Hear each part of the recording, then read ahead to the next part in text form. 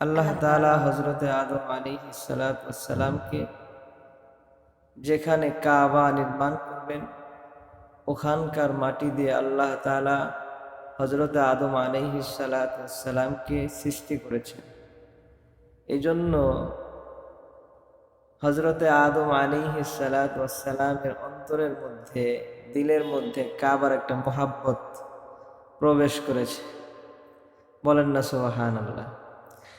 এজন্য যাকে যেই মাটি দিয়ে তৈরি করা হয় ওই মাটির মুহাব্বত তার মধ্যে আল্লাহ তাআলা দিয়ে দেন। দেখবেন আমাদের দেশেও ওই বরিশাল বিভিন্ন পদ্মার পাড়ের মানুষগুলো নদী ভাঙন এলাকায় বারবার নদী ভাঙে, কিন্তু দেখা যায় তারা সরে আসে না, ভাঙে করে। কারণ এটাই তাদের কাছে একটা মহাব্বত, তাদের জায়গা, ঠিক না? এই জন্য আদম আলাইহিস সালাতু ওয়াস সালামকে আল্লাহ তাআলা বাইতুল্লাহর মাটি দিয়ে নির্মাণ করেছেন, বাইতুল্লাহর মাটি দিয়ে সৃষ্টি করেছেন। এজন্য আল্লাহ তাআলা হযরত আদম আলাইহিস সালাতু ওয়াস সালামের মধ্যে এই মাটির মহব্বত দিয়ে দিয়েছেন। যেহেতু প্রত্যেকটা মানুষই হযরত আদম আলাইহিস সালাতু ওয়াস সালামের সন্তান, এরা বনি আদম, এজন্য প্রতিটা মানুষের মধ্যেই বাইতুল্লাহর মহব্বত আল্লাহ দিয়ে দিয়েছে, ঠিক কিনা বলেন? এজন্য হাজিরা যখনই ওখান থেকে চলে আসে তখন কান্না বিজড়িত ভাবে তারা খুব কষ্টে ওখান থেকে বিদায় নেয়, ঠিক কিনা বলেন?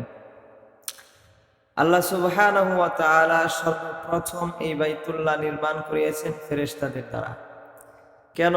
কোরআনে হাকিমে আল্লাহ তাআলা বর্ণনা করেছেন, যখন আল্লাহ সুবহানাহু ওয়া তাআলা মানুষ সৃষ্টি করবেন তখন ফেরেশতারা বললেন, আয় আল্লাহ, মানুষ তো দুনিয়াতে গিয়ে ফিতনা ফাসাদ করবে, ইত্যাদি ইত্যাদি করবে, আমরাই তো আপনার কি করি? পবিত্রতা গুণগান বর্ণনা করি। ওয়াইদ ক্বালা রাব্বুকা লিল মালাইকাতি ইন্নী জাইলুন ফিল আরদি খলিফা ক্বালু আতাজআলু ফীহা মান ইফসিদু ফীহা ওয়া ইয়াসফিকুদ দিমা ওয়া নাহনু নুসাব্বিহু বিহামদিকা ওয়া নুকদ্দিসু লাক। আমরাই তো আপনার গুণগান, তাসবিহাত, আপনার পবিত্রতা বর্ণনা করছি। আল্লাহ তাআলা বলেন, ইন্নী আ'লামু মা লা তা'লামুন, আমি যা জানি তোমরা তা জানো না। তো এই তারা যখন আল্লাহ তাআলার সর্বশ্রেষ্ঠ মাখলুক মানুষ সৃষ্টি করবেন এটার বিরোধিতা করেছিল, না বুঝে, এই জন্য তারা আল্লাহ তাআলার কাছে ক্ষমার জন্য এই পৃথিবীর আসমানের মধ্যে আল্লাহ তাআলার একটা ঘর আছে যেটাকে বাইতুল মামুর বলে, ওই বাইতুল মামুরকে তারা ধরে আল্লাহ তাআলার কাছে ক্ষমা চেয়েছেন। আল্লাহ তাআলা ক্ষমা করে দিয়েছেন, বলেন সুবহানাল্লাহ। এজন্য আল্লাহ তাআলা বলেন, ও আমার ফেরেশতারা, তোমরা যেহেতু অপরাধ করার পরে আমি আল্লাহ তাআলার ঘর বাইতুল মামুরে তোমাদের গুনাহ মার্জনার জন্য এই ঘরকে ধরে এই ঘরের তওয়াফ করে আমার কাছে ক্ষমা চাইছো, আমি আল্লাহ তোমাদেরকে ক্ষমা করে দিয়েছি। আমার বনি আদম দুনিয়াতে মানুষ যখন পাপ করবে, গুনাহ করবে, তখন তারা কোন ঘর ধরে, কোন ঘরের তওয়াফ করে আমি আল্লাহ তাআলার কাছে ক্ষমা চাবে যে আমি আল্লাহ তাআলা তাদেরকে মাফ করে দিব। এজন্য আল্লাহ সুবহানাহু ওয়া তাআলা হযরতে সাইয়্যিদুনা জিবরিল আলাইহিস সালাতু ওয়াস সালামের মাধ্যমে সর্বপ্রথম কাবা নির্মাণ করলেন, বলেন সুবহানাল্লাহ। আল্লাহ তাআলা বলেন, বনি আদম যখন গুনাহ করবে, গুনাহের কারণে যখন তার অনুশোচনা আসবে, তখন এই ঘরকে তওয়াফ করবে, ঘরের গিলাফ ধরে আমার কাছে আল্লাহ তাআলার কাছে ক্ষমা চাইবে, আমি আল্লাহ তাআলা তাকে নিষ্পাপ বানিয়ে দেব, বলেন সুবহানাল্লাহ। তাহলে আল্লাহ তাআলা এই জন্য ফেরেশতাদের দিয়ে সর্বপ্রথম কাবা নির্মাণ করেছে। 2 নম্বর হলো আল্লাহ তাআলা হযরতে আদম আলাইহিস সালাতু ওয়াস সালামের মাধ্যমে কাবাকে নির্মাণ করেছেন। হযরত আদম আলাইহিস সালাতু ওয়াস সালামকে আল্লাহ তাআলা যখন জমিনের মধ্যে অবতরণ করলেন, জানা যায় হযরত আদম আলাইহিস সালাতু ওয়াস সালামকে ভারতবর্ষের কোনো এক জায়গায় অবতরণ করেছেন। হযরতে আদম আলাইহিস সালাতু ওয়াস সালাম জান্নাত থেকে একখানা ইয়াকুত পাথর নিয়ে আসছিলেন। এই ইয়াকুত পাথরটা নিয়ে সে মক্কার দিকে ধাবিত হচ্ছে, কারণ মক্কার মুহাব্বত তার মধ্যে আছে, এই জন্য মক্কার দিকে যাচ্ছে। আল্লাহর পয়গম্বর হযরত আদম আলাইহিস সালাতু ওয়াস সালাম যেতে যেতে যখন মক্কার মধ্যে পৌঁছাইলেন, যেখানে আল্লাহ তাআলার রহমতের দৃষ্টি পেয়েছিলেন, হযরত আদম আলাইহিস সালাতু ওয়াস সালাম ওইখানের মধ্যে ওই আকত পাথরকে পুঁতে দিলেন এবং আল্লাহর পয়গম্বর হযরত আদম আলাইহিস সালাতু ওয়াস সালাম ওই আকত পাথরের তওয়াব করলেন চারদিকে, এবং ওখানে আল্লাহর পয়গম্বর আল্লাহ তাআলার কাছে ক্ষমা চাইলেন। বলেন সুবহানাল্লাহ। তাহলে 2 নম্বর হযরতে আদম আলাইহিস সালাতু ওয়াস সালাম এটাকে নির্মাণ করেছে। 3 নম্বর হলো এটার নির্মাণ করেছেন হযরতে নূহ আলাইহিস সালাতু ওয়াস সালাম। কিন্তু এই নূহ আলাইহিস সালাতু ওয়াস সালামের প্লাবনের সময় এটা ধ্বংস হয়ে গেছে। এটা কি হয়ে গেছে? ধ্বংস হয়ে গেছে। এখন এই বিষয়টা একটু বোঝার বিষয় যে হযরতে নূহ আলাইহিস সালাতু ওয়াস সালাম 950 বছর তার উম্মতকে দাওয়াত দিয়েছে, কিন্তু এই 950 বছর দাওয়াতের 2টা রওয়ায়াত আছে। একটা রওয়ায়াতে 80 থেকে 82 অথবা 40 থেকে 42 জন মানুষ কি হয়েছে? মুসলমান হয়েছে। আমাদের এখানে একটা শিক্ষণীয় বিষয় রয়েছে, সেটা হলো আমরা মানুষকে দ্বীনের দিকে আহ্বান করতে গিয়ে হতাশ হয়ে যাই, অথচ দেখেন আল্লাহর পয়গম্বর 950 বছর দাওয়াত দিয়েছেন, মোটে 80 থেকে 82 জন মানুষ মুসলমান হয়েছে। এই জন্য হতাশ হওয়া যাবে না, কাজ চালিয়ে যেতে হবে। এরপরে যখন দেখলো যে হযরত নূহ আলাইহিস সালাতু ওয়াস সালাম যে না, আর এই জাতি তো মুসলমান হচ্ছে না, বরং যারা মুসলমান হইতেছে কিংবা তাদের প্রজন্মকে তারা কাফের বানাচ্ছে, তখন আল্লাহ তাআলার কাছে নাই, আল্লাহ এই কাফেরের দল যদি দুনিয়ায় তারা থাকে, তাহলে তারা তাদের পরের প্রজন্মের লোকদেরকে তারা মুশরিক বানাবে। আল্লাহ আপনি মেহেরবানি করে পরের প্রজন্মকে আল্লাহ হেফাজতের জন্য এদেরকে ধ্বংস করে দেন। এই দোয়া করার পরে আল্লাহ তাআলা দোয়া কবুল করলেন এবং আল্লাহ তাআলা বললেন, হে নূহ তুমি শুনো, তুমি একটা নৌকা বানাও, কারণ আমি তাদেরকে মহাপ্লাবন দিয়ে ধ্বংস করব, এই জন্য তুমি একটা নৌকা বানাও। হযরতে নূহ আলাইহিস সালাতু ওয়াস সালাম বলেন, হে আল্লাহ আমি যে নৌকা বানাবো কি দিয়ে বানাবো? আল্লাহ তাআলা বলেন, মিন খাশাব, কাঠ দিয়ে বানাও। এখন কাঠ কি কাঠ? তাফসীরের মধ্যে আসছে সেটা হলো শাল গাছ, শাল কাঠ। এই শাল কাঠ দিয়ে নৌকা বানাও, কিন্তু শাল কাঠ কোথায় পাবে? হযরতে জিবরিল আলাইহিস সালাতু ওয়াস সালামের মাধ্যমে আল্লাহ তাআলা দুনিয়াতে এই শাল কাঠের আবির্ভাব করেন। বলেন সুবহানাল্লাহ। 3টি রওয়ায়াত রয়েছে। একটি রওয়ায়াত হলো এই শাল গাছটা 100 বছর, 40 বছর, 20 বছর বয়স হয়েছে। এরপরে হযরতে নূহ আলাইহিস সালাতু ওয়াস সালাম এটাকে কেটে কাঠ বানিয়ে নৌকা বানানো শুরু করেছেন। নৌকার যে দৈর্ঘ্য ছিল সেটা ছিল 80 গজ, সেটার প্রস্থ ছিল 50 গজ, সেটার সামনের দিক অর্থাৎ নৌকার গলইটা আসমানের দিকে ছিল 30 গজ। বলেন সুবহানাল্লাহ। আর এই জাহাজটা কয়তলা ছিল? বলেন বলেন। 3 তলা বিশিষ্ট ছিল। কয়তলা? 3 তলা বিশিষ্ট ছিল। কি মজার ব্যাপার না, যে আগেও 3 তলা বিশাল বড় বড় জাহাজও তৈরি হয়েছে, তাই না? আল্লাহ তাআলা সময়ের সময় অনেক প্রযুক্তি দিয়েছেন, অনেক দক্ষ মানব আল্লাহ তাআলা দুনিয়াতে সৃষ্টি করেছেন। 3 তলা বিশিষ্ট জাহাজটা নির্মাণের পরে যখন নির্মাণ করে, এই সময় কাফেররা এই জাহাজের কাছ দিয়ে যায় আর হযরতে নূহ আলাইহিস সালাতু ওয়াস সালামকে ঠাট্টা মশকারি করে, টিটকারি করে, কিটিচাইজ করে, বলে কই তোমার আযাব নিয়ে আসো, এই বলে আর হাসি ঠাট্টা করে হযরতে নূহ আলাইহিস সালাতু ওয়াস সালামকে। আল্লাহ বলেন, নূহ আপনি উত্তরে বলে দেন, আজকে তোমরা হাসতেছো, যেদিন মহাপ্লাবন শুরু হবে আমরা হাসব। তো এইভাবে যখন নৌকা কাজ শেষ হলো, তো আল্লাহ তাআলা বললেন, নূহ তুমি অপেক্ষা করতে থাকো ওই দিনের, হাত্তা ইযা জাআ আমরুনা ওয়া ফারাত তান্নুর قل نحمل فيها من كل زوجين اثنين وأهلك إلا من سبق عليه القول ومن آمن وما آمن معه إلا قليل বলেন আল্লাহু আকবার।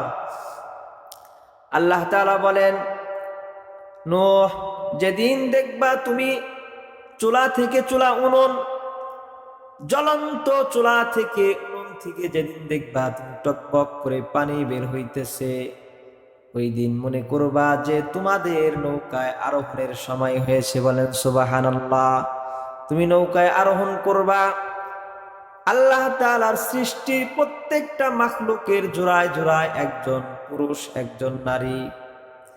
এবার হযরতে নূহ আলাইহিস সালাতু ওয়াস সালাম বলেন, আয় আল্লাহ, মানুষের মধ্যে তো নারী পুরুষ আমি চিনব, কিন্তু পশুর মধ্যে তো আমি চিনব না, পাখির মধ্যে চিনব না।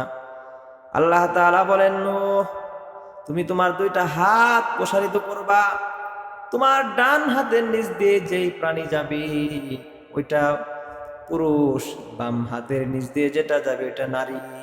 বলেন না সুবহানাল্লাহ। আল্লাহ তাআলা কি ব্যবস্থাই না করে দিল। এবার হঠাৎ দেখে একদিন হযরতে নূহ আলাইহিস সালাতু ওয়াস সালামের স্ত্রী রান্না করতেছেন। এই রান্না করার সময় জ্বলন্ত চুলা থেকে টকবক করে পানি উঠছে। নূহ আলাইহিস সালাতু ওয়াস সালামের স্ত্রী এসে খবর দেওয়ার সাথে সাথে হযরতে নূহ আলাইহিস সালাতু ওয়াস সালাম বললেন, তোমরা নৌকায় আরোহণ করো। এই চুলাটাও কিন্তু একটা ইতিহাস আছে। এই চুলাটা নিয়ে আসছিলেন হযরতে হাওয়া আলাইহিস সালাতু ওয়াস সালাম, বংশ পরম্পরা এটা হযরতে নূহ আলাইহিস সালাতু ওয়াস সালাম স্ত্রী পর্যন্ত আসছেন। বলেন সুবহানাল্লাহ। রান্নাটা কোথায় করছিলেন? এটা তিনটা রাওয়ায়াত আছে। একটা হলো যে ভারতবর্ষের কোথাও, একটা হলো বাইতুল মাকদিসের কোথাও, আর একটা হলো এই বাইতুল্লাহর দিকেই কোথাও। বলেন না সুবহানাল্লাহ। যেখানেই রান্না করো, যে হঠাৎ এরকম পানি দেখার পরে পয়গম্বরের কাছে খবর আসলো। পয়গম্বর বলল, তোমরা এবার উঠতে থাকো। তো যখন উঠবে তো সর্বপ্রথম এই নৌকায় আরোহণের জন্য একটা পিপিলিকা আসলো। বলেন না সুবহানাল্লাহ। সবচাইতে ছোট কিন্তু আগে আসছে না? সুবহানাল্লাহ, আল্লাহু আকবার। সর্বপ্রথম একটা পিপিলিকা আসলো। আসার পরে পিপিলিকা উঠলো। এরকম ভাবে আল্লাহর পয়গম্বর দুইটা হাত প্রসারিত করে দিলেন, ডান দিকে একদম, বাম দিকে একটা করে উঠছে। হঠাৎ দেখে রশির মতো পেঁচিয়ে পেঁচিয়ে একটা আসছে। বলেন তো এটা কি? এটা হলো সাপ। কি এটা দেখে আল্লাহর পয়গম্বর বলে, আল্লাহ, এই সাপ তো আসছে, এটা দেখে তো সকলেই ভয় পায়, বিষাক্ত। আল্লাহ তাআলা বলেন, উঠাও, সমস্যা নাই, এটার বিষ যতদিন নৌকায় থাকবে ততদিন বিষ থাকবে না এবং কাউকে ধ্বংসনও করবে না। বলেন না সুবহানাল্লাহ। এরপরে উঠছে, হঠাৎ দেখে সিংহ আসছে। আল্লাহর পয়গম্বর বলে, আল্লাহ, সিংহ, এটা দেখে সবাই ভয় পায়, তো উঠলেই যত ছাগল আছে, হরিণ আছে, সবকে আক্রমণ করবে। আল্লাহ তাআলা বলেন, তুমি সিংহের মাথায় হাত রাখো। আল্লাহ তাআলার পয়গম্বর সিংহের মাথায় হাত রাখলেন। রাখার সাথে সাথে দেখেন তার মাথা গরম। বলেন না সুবহানাল্লাহ। আল্লাহ বলেন, কি বুঝলা? বলে, গরম। বলেন, গরম না, এটা হুম্মা, অর্থাৎ জ্বর। সর্বপ্রথম পৃথিবীর মধ্যে জ্বর আসলো কার? সিংহের। কার? সিংহের। এই জন্য জ্বর আসলে দুর্বল হয়ে যায় মানুষও, তাই না? মানুষ জ্বর আসলে দুর্বল হয়ে যায়। এই জন্য জ্বরে সে দুর্বল হয়ে গেল, উঠলো, বসে রয়েছে। সর্বশেষ যে প্রাণী আসছে সে গাধা। কে? গাধা আসছে। এবার গাধাকে বলে, উঠো। সে উঠতে যায়, কিন্তু তার বুক পর্যন্ত উঠে, কিন্তু পিছনের সাইড আর উঠে না। কি ব্যাপার? উঠতেছে না। এই গাধা, উঠো। উঠে না। নিচের দিকে তাকিয়ে দেখে শয়তান এই গাধার লেজের সাথে শয়তান লটকে আছে, ঝুলে আছে। বলে, এই শয়তান, তুমি কেন, তুমি কি করতেছো? আমি উঠবো। কয়, কেন? আল্লাহকে জিজ্ঞেস করেন। হযরতে পয়গম্বর জিজ্ঞেস করে, আল্লাহ, শয়তানও তো উঠতে চায়। বলে, হ্যাঁ, উঠাও, কারণ তাকে আমি কিয়ামত পর্যন্ত কি দিয়েছি? হায়াত দিয়েছি, এজন্য তাকে উঠাও। হ্যাঁ, আল্লাহ ওয়াদা করেছেন, ওয়াদা রক্ষা করতে হবে। এজন্য শয়তানকে উঠাইছে। এই জন্য বলেন না, শয়তান কার লেজ ধরেছে? সিংহ ছিল, গরু ছিল, ছাগল ছিল, কারো লেজ ধরলো। কার লেজ ধরলো?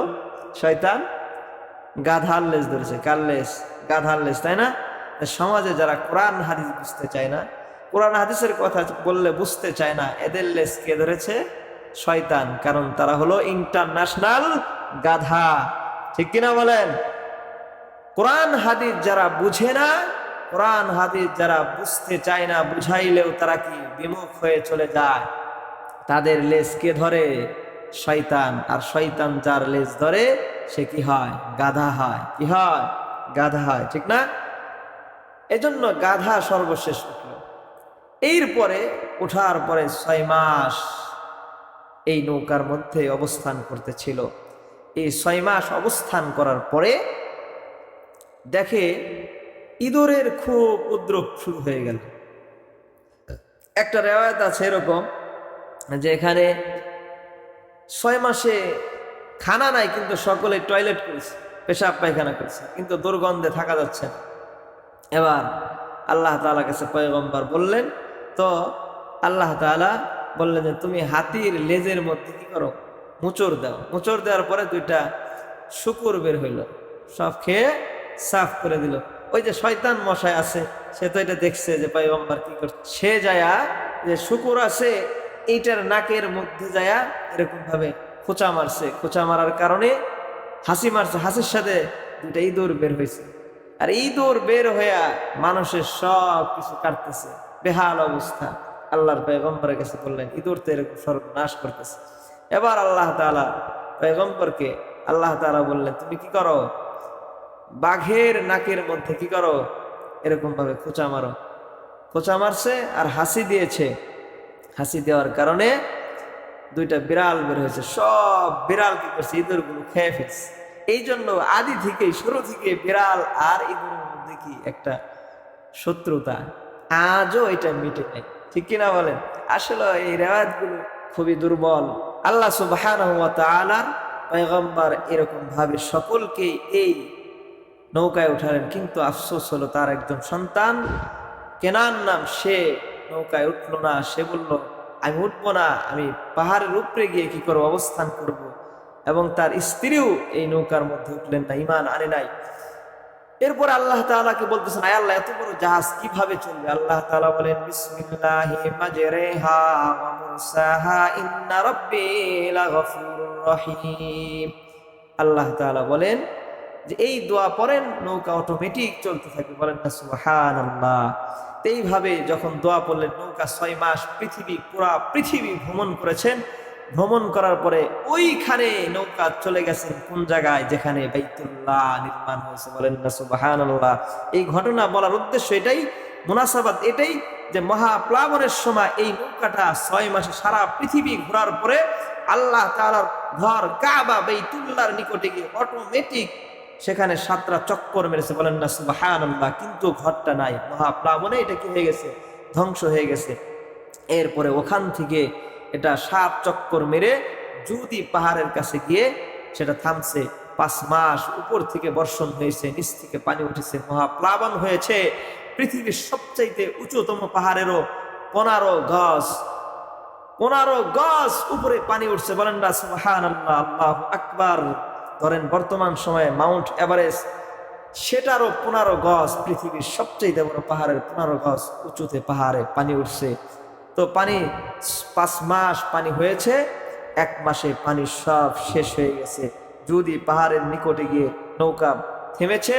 এরপর বলেছে, কাককে পাঠাইছে, যাও তুমি কি করো?